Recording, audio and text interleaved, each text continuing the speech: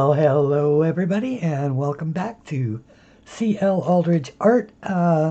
This is the Jane F. Hankins drawing that we were coloring on Christmas Day, and it is now, I believe it's the 27th, so it's a couple days after Christmas.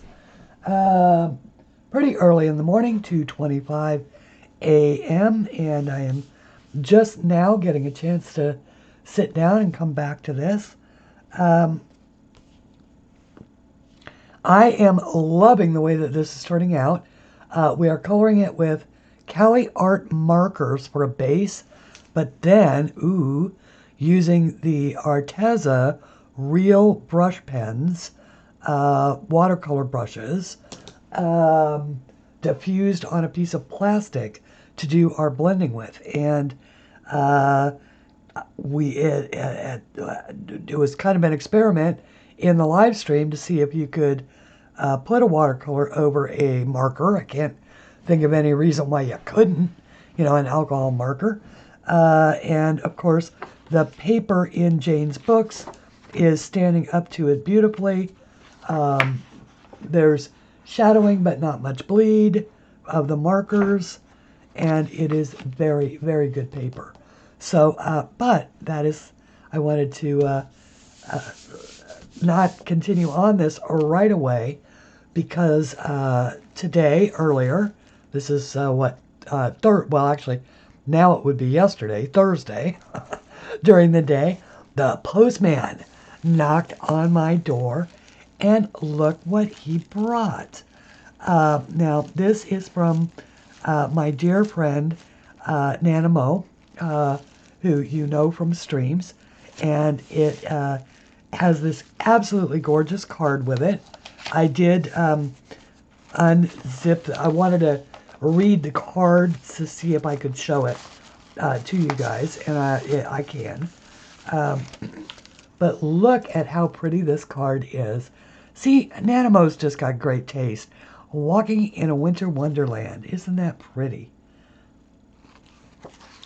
And to my wonderful friend Christine, warmest Christmas wishes, wishing you a happy Christmas and New Year. Much love and respect, Nana Mo. That is so sweet. Nana Mo, what did you do? And thank you so very, very much. Let's find out what it is. Look, and she shipped it from the UK and even put a backer board on it so that it wouldn't get bent by the post office.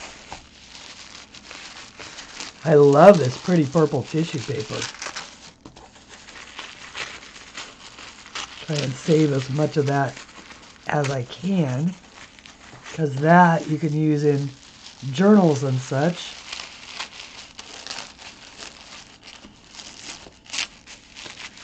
Always thinking like a crafter. I've been watching all the crafting channels, so things like tissue paper and little bits of it for collage. And that is such a pretty color. Ooh! Botanical Wonderland. Oh, isn't that wonderful? This is the one by Rachel Reinert, and oh, I love this. This was on my wish list. Oh, wow. Okay, so it's Botanical Wonderland by Rachel Reinert, and Rachel is a, well, she does art very much like what's here on the cover. It is sort of doodly art, but they are just beautiful pictures. And as you can see here in the front, there are some colored versions of her work, and they're just so pretty when they're made up, and you can do backgrounds or not do backgrounds. It looks like she doesn't do backgrounds on most of her stuff. And so I'll do a flip through of it. It's got a bunch of images. It's a pretty thick book. The pages are very thick, and it's a good, it's a beautiful book, obviously. Now, after a while, as you're sort of turning the pages, you almost could get to feel like they were a little repetitive, at least in shapes and stuff. But each one is going to be something completely different. And what I love about this kind of art is because it's all fantasy flowers, there's no rules to it. So you can make it any color. You could do what she did. You could make it a multiple color. You can mix colors. You can do all kinds of stuff. So you can get that. I don't want to call it a monkey, but you get the monkey of realism off your back when you're coloring fantasy stuff. And that way you're not, you're not in the box anymore of thinking that a leaf has to be green or that a tree has to be a certain, that a tree trunk has to be brown. You can, make your tree trunk green or your tree trunk pink or, or any color that you want. You could draw fish if you wanted this to maybe be an underwater flower. You could do all kinds of things, and there's enough white space for you to get creative with any kind of like a neo-color background, or draw something in there, or trace something in there. If you've got a stencil or whatever and you want to stencil a design on the back of it, you can do that. Beautiful, whimsical art. And I love Rachel's style. Now, she has also done some, I believe, lesson books. Some watercolor books, because she colors with watercolors. I'm pretty sure.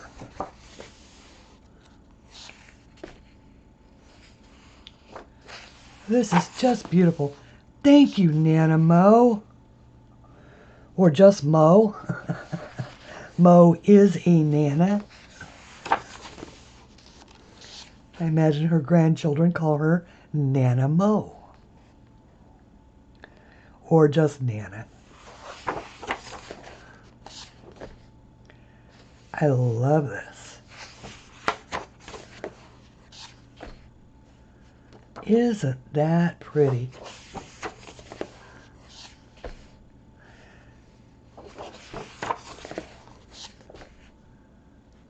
Wow. That's very reminiscent of to me, of a sea creature. And, oh yeah, I've got visualizations of coloring is just coming to me here. That actually looks like a sea dollar, I don't know why I want to put these drawings underwater, but I do. That must be the one from the cover, yeah? Yeah. So that's the one from the cover.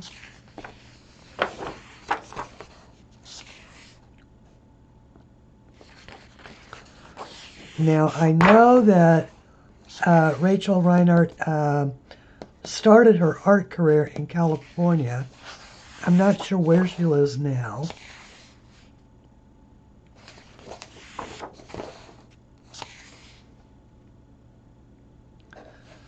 These are very pretty.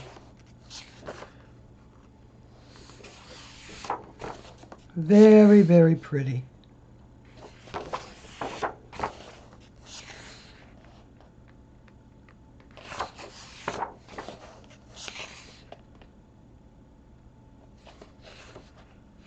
That's cool.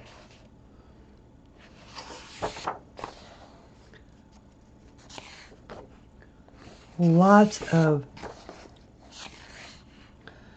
really interesting color schemes are popping into my head.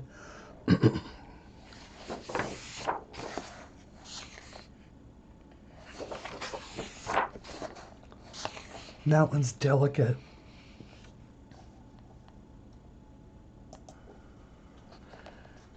I just love them all. That one's like cactus flowers.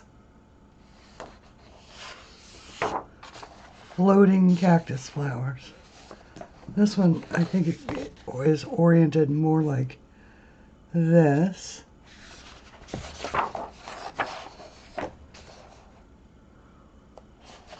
Oh, look, wait, are the pages perforated? Yeah, I think they are. The pages are even perforated, everybody. That's amazing. Okay. Now, this is one that is colored in the book. It's part of the back cover. Yeah, it's on the back page about the thing. But that just gives you an idea of how she colored one. Interesting. I could have sworn I had another. Oh no, it's Rachel Petter Smith is who I'm thinking of, the watercolor artist. Okay, so Rachel Reinert. Nanimo, thank you so very, very much for this beautiful gift. Wow. Yay, we'll have to color in this soon. I am looking forward to that. Okay, I wanted to work on this. Can I just tell you guys that during the time that I started thinking about filming this particular video, and right this very minute, Jane Hankins commented on my video from Christmas Day, and I kind of, I'm kind of going a little fangirl. I just think it's so wonderful. I hope she saw the big one. Also, I did put links in to this and all of Jane's books, but this particular one, because I realized that I have not yet shown you which one I'm working in, is Friends from My Imaginary World by Jane F. Hankins. Now, this is the 9x12 book. This is the smallest of all of Jane's books. All of the big ones are, in fact, 11x14, I believe, is the measurement on those. So, but this one is 9x12, and that makes this one the most affordable as well. It was $19.99. I don't know how long it will be at that price, which is relatively inexpensive for Jane's work. So I would encourage everybody to go grab this one. It does have characters from all, it looks like, they are all original to this book, but they do feature characters from all of the other books. So, in other words, you can see the little characters in the other books, but these drawings of these characters are specific only to this book. Like, for instance, these bunnies are in the other book, but they're different. They're different bunnies, and they're doing different stuff. This one is Mr. Lucky and Poppy, and the other one is doing something else. So, because I know that in the original flip through, or not non-flip through, I wasn't certain if these were all just unique images or if this was maybe a sampler of all of the other books. But no, each one of these is its own original work, independent of the other books. So, yay. So let's celebrate our differences. And our two ladybirds are doing just that with their various looks going on here. And let's get started. Okay. Now, one of the things I want to do, now for most most of you who know me know that I will be tweaking on this for a long time. I'll be deepening colors and doing all of that. So even my birds are nowhere near done. They're started. But I do want to sort of add some other goodies in here. And among that, I want to make these, I want to divide out the petals on these. And I want to do it with a, I think I want to do it with a CLAart marker. So I need my, and what I was thinking of doing is doing like a marigold color. And I'll show you what I mean here. But I do want to think about it for a second before I do anything. So, you know what I may do? Because that yellow is right along the lines of the marigold. And I'll show you what I'm thinking of. But that is a color I could come back from. The other is not. In case I don't like it. Because I don't want these to be so... maybe I'll... yeah, maybe I'm going to go with that 204 pastel yellow. Did I already use it? No, I did not. Okay, good. I'm going to try the 204 pastel yellow. And what I want to do is I want to get an idea as to what this might look like if I do it.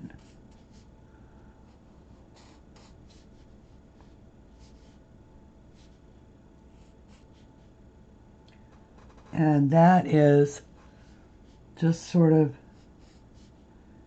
using these natural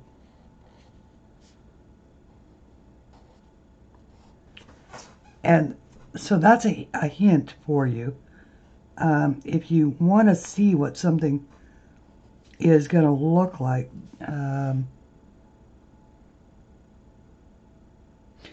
okay, that may be too many. So maybe if I just do like a petunia, or a, yeah, like a petunia. So what I mean like a petunia is, let me step into that marigold. Boy, that marigold is so dark. Let's try the 314. Okay, that's this one. This is just the, it says yellow, but it's kind of darker than yellow, I think. All right, so this is what I want to do.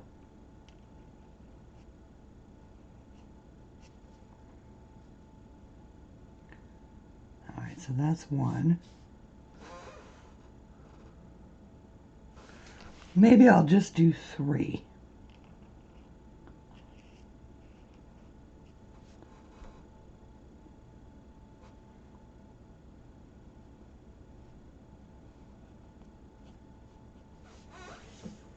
You see what I mean? We may need to do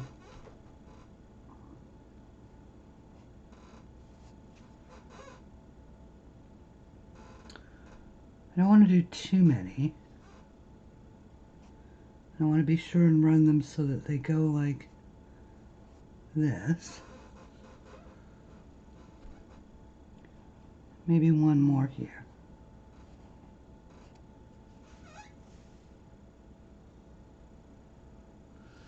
You just have to kind of look at it and see how many you want. Well,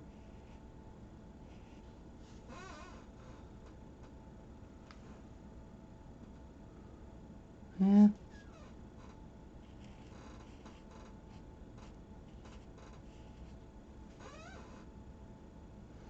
Yeah, let's go for all of them. Might as well.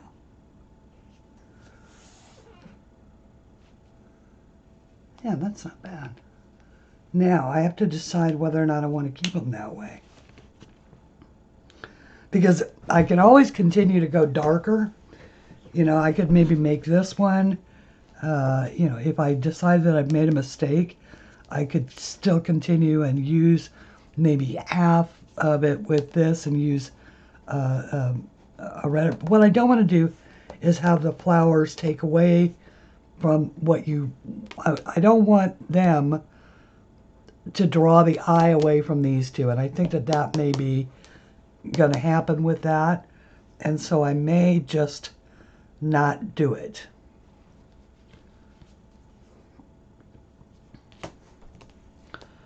And you can, in fact, take, you can't take the color away, but you can sort of make it less noticeable.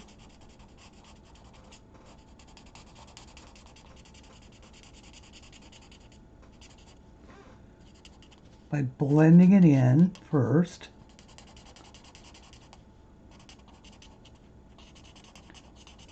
And seeing what you can get with that.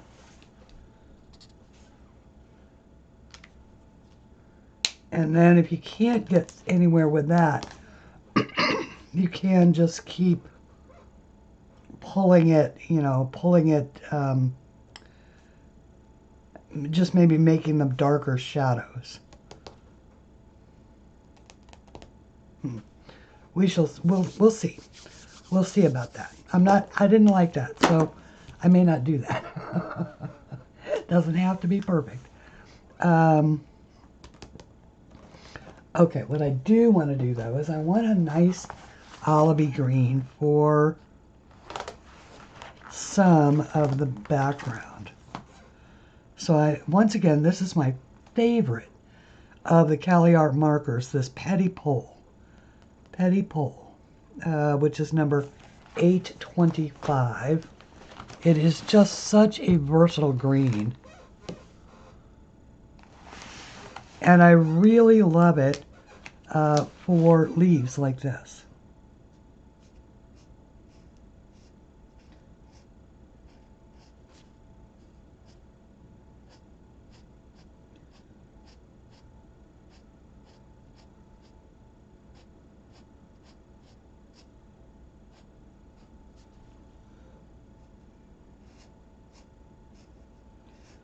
You don't have to worry about, you know, getting all the, you know, staying strictly in the lines. That's not what this particular coloring is about. Once again, I don't want to take away from the visual of my ladies out here. So I want to do what I can to drop the background into the background. Just like Jane has drawn it. So that our ladies stand out, but we've got some nice color back here.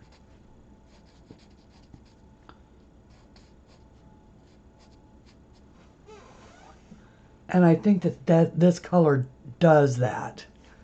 And it may help also detract from what I did there, which I don't like it. May help disappear some of that into the background.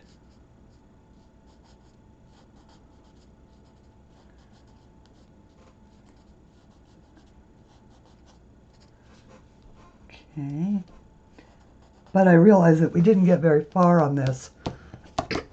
And so I just wanted to give you some ideas on backgrounds and stuff like that.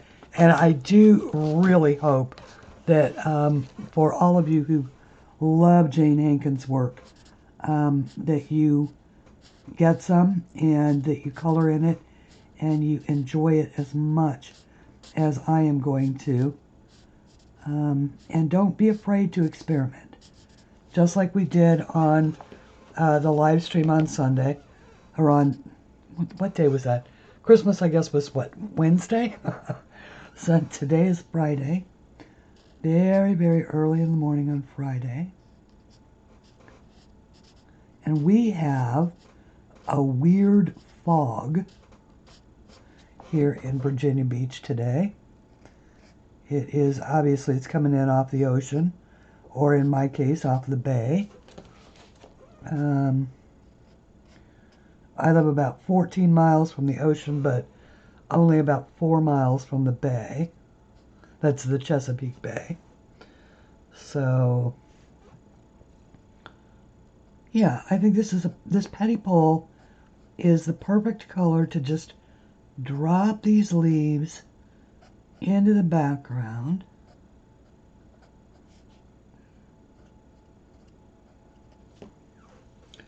Still make them pretty. Oops, no, that's one of her tail leaves that I missed. So I'm going to leave that alone.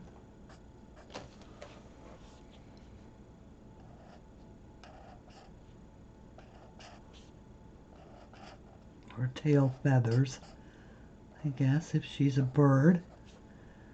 Although she seems like a bird.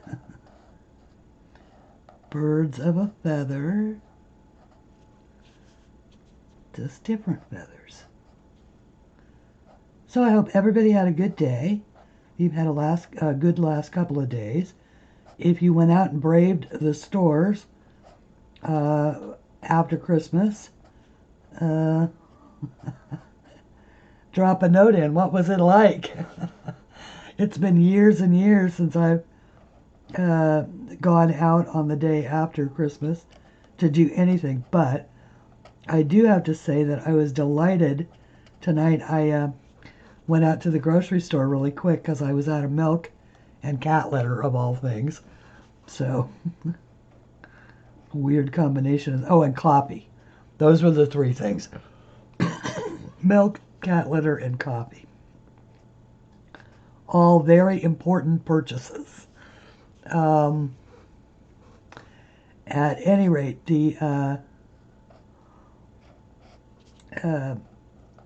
usually, because I go to Walmart for most things, but I've never really liked, well, the packages of beef that they have at Walmart are just basically too big. I mean, it's just too big. And, so because it's designed for families. And, and it's just, I just don't do it. But I went to my local Food Lion, and the manager there always marks meat down the day before the day that it's due to expire. So, if the sell-by date is reached, which is always, you could always buy the meat and throw it in the freezer. You could buy it on the sell-by date and throw it in the freezer. Food safety rules are such that you never have to worry about stuff like that. You don't want to keep it in your refrigerator for a week, but although you could probably do that as well. But it's a sell-by date, not a use-by date. And there's also a use or freeze-by date. And that's the one you want to pay attention to. And even that is food safety. But that is not what I'm talking about. What I am talking about is the manager's special put a steak on sale for $2.22. Oh! Oh! Even I could justify that. So instead of chicken stew, I had a steak tonight. Actually, more to the point, I cut it in half and put half in the freezer, and I had half tonight. And I will have half some other night.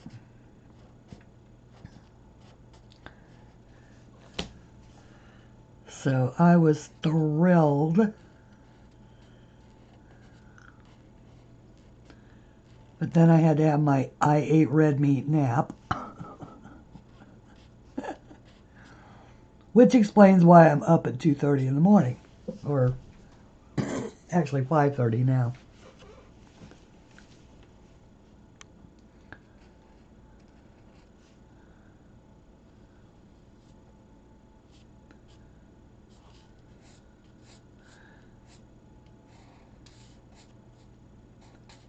I just love the way this works, you know.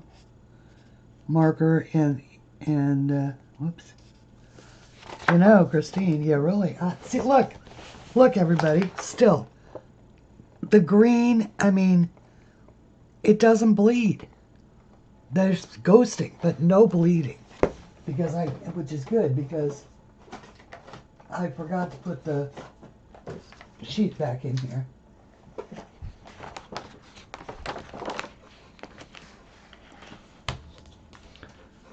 But it's in there now. Okay. Let's see here. Those are different kinds of leaves. Different kinds of leaves. And these can be this. Once again, I'm not worried about coloring in all of the space because I'm going to come in with other colors and do stuff like that.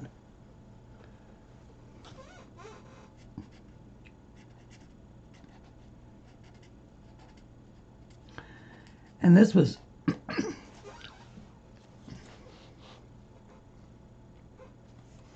yeah, I'm liking it. This was do a different one there too. I'm planning out the greens and which ones to use where and all of that.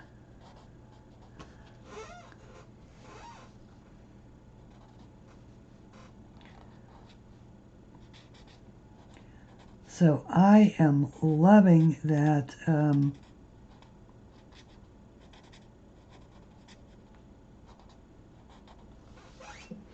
that textures book. I was studying it, you know, the colored pencil textures book that I showed on the other day, and planning some lessons for that, working on some watercolor stuff. Okay. Yeah, so as you can see, it'll come along as we do it, and I'm going to end up doing her headdress quite the same as I did. Oh, actually, I think that may be something different. I did color all the little teardrops with the emerald, or with the turquoise blue, and I did want to say that I went straight over the purple. Remember, this was getting fairly dark purple, but I was able to go straight over the purple with the Arteza brush pen, full force, or, you know, full color. So just with the tip of the pen. And look, it retained its vibrancy. It retained blue, even though it is watercolor over purple marker. It still came out blue and turquoise blue, the way that I wanted it to. So that is a real testament to the way that the Arteza works, and you know, the pigmentation in the pen itself. Once again, they are, you know, they're water-based ink, you know, real brush pens. So very, very cool. I really wasn't going to color on this for very much today. I really just, I wanted to show that beautiful Rachel Reinert coloring book as well, and also to just once again say, you know, these are just fabulous books, and everybody should have one. Everybody should have a Friends from My Imaginary World by Jane F. Hankins. 30 images. I think that's going to do it for this video. I just wanted to keep it short and say hi. I'm going to do the Food for Thought video next, which I talked about a little bit also on my Christmas live stream. So thank you, everybody, for stopping in and looking at that beautiful Rachel Reinert book, and watching what's going on in the Jane F. Hankins book. So in the meantime, don't forget that I also have a whole pile of books that are under my drawing name, And I still haven't gotten any further with that. Now Christmas is over. So this, of course, is my latest one. There are 11 books altogether. They all have different images. There is something for everybody. Starting with Flowers and Dreams, and of course ending here, or not ending, but at least the most recent one, which is Dragons, Flowers, and Mandalas. Oh my, just released in December. So until we meet again, please color something pretty. Bye, everyone.